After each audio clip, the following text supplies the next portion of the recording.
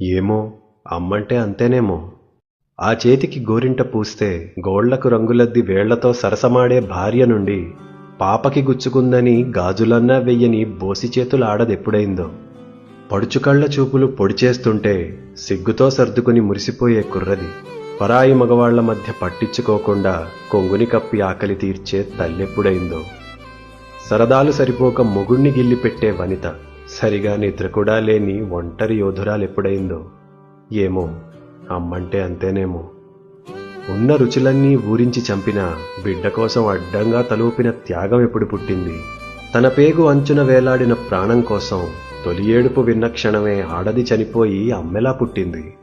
అన్నిటికీ అమ్మనే అవసరం మారి ఆమెకేమొచ్చనే రోజొచ్చినా మౌనంగా దుఃఖాన్ని దిగమింగి చిరునవ్వు చిందించే ఓర్పెక్కడిదో.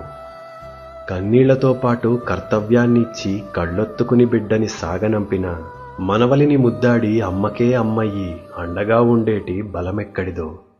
7 పదుల వయసు మీద పడినా చిక్కిన చేతులు ముడతపడినా ఆకలిగా కొడుకొస్తే బువ్వ పెడదామని గుమ్మంకేసి చూసే జాలెక్కడిదో. గొంతులో గంగతో వీడ్కోలు చెప్పిన గుండెతో దీవించి జగము విడిచి ఓ పాత చీరని హత్తుకుని పడుకుంటే గాఢంగా నిదురనిచ్చే హాయెక్కడిదో. ఏమో, అమ్మైతేనే ఇలా ఉంటుందేమో. బంధాల కడిలిలో మొదటి అల అమ్మది. అమ్మ నాది అనే అధికారమే లేని పసిగుండె క్షణములో పగిలిపోదా? అమ్మ లేదు అనే రోజంటూ వస్తే సొంతగూడైన శ్మశానమైపోదా?